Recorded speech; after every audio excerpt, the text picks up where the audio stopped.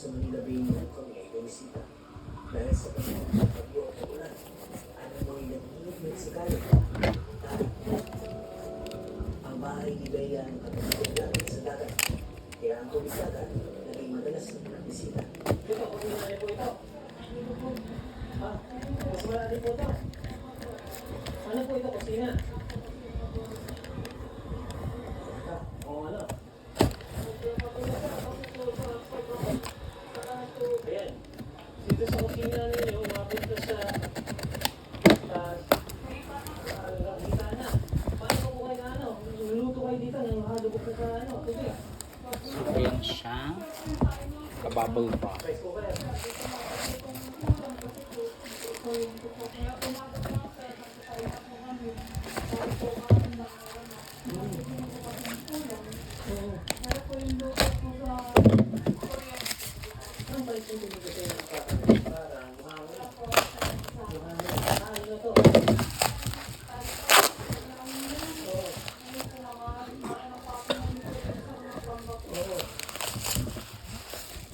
HD pa ko dada.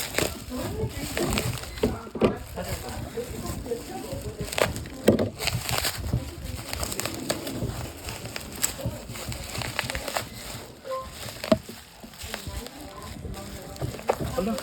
Kung nakuha rin free nga. Adapter. So, yung adapter niya. So, naka-sealed pa. Ito yung unit.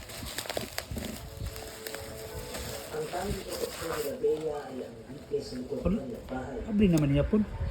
Kahit ang pinagpatong-patong na bato ng mga Dere. halos wala. Nakuha niya dili. Okay, dili pag-abli. Ano? Maaaring lamunin ng So, susunod. dapat niya nakuha niya na. Gusto Naipupan nang mo. umalis ng ilan sa mga residente ng Pugad. Problema naman ang kanilang kapatidaan. Kagaya ng Kuya Rolando at ay ganun na sabi ng mga asa sa dagat para sa kanilang kita.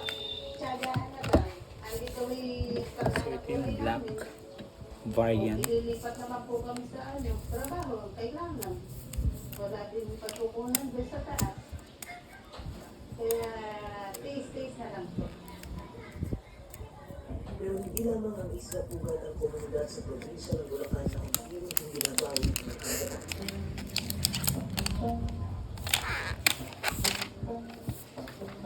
Sa kalapit na bahay ng Batyo, mayroong dalawang isla na pareho sila sa isla Pugad.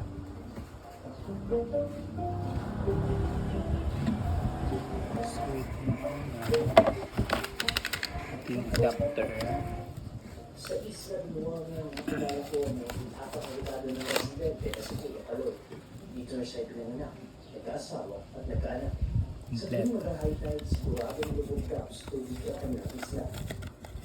Sa isang truck maroon, tanging mga tulay na gawa sa kapitan kinugawayan nagkukonekta sa mga bahay. So, ayan siya.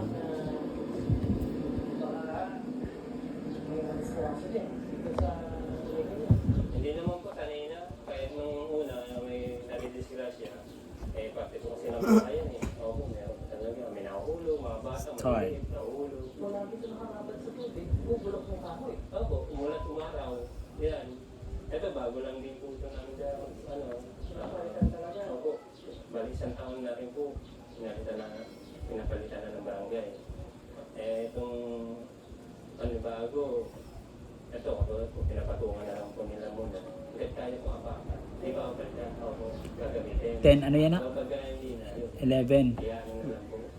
Okay. Papalitan ng Time. iyan po sa barangay. 1:15. So, bago lang din po, kaya lang sa sobrang dami pong dumadaan. Talagang mababasag yung kawayan.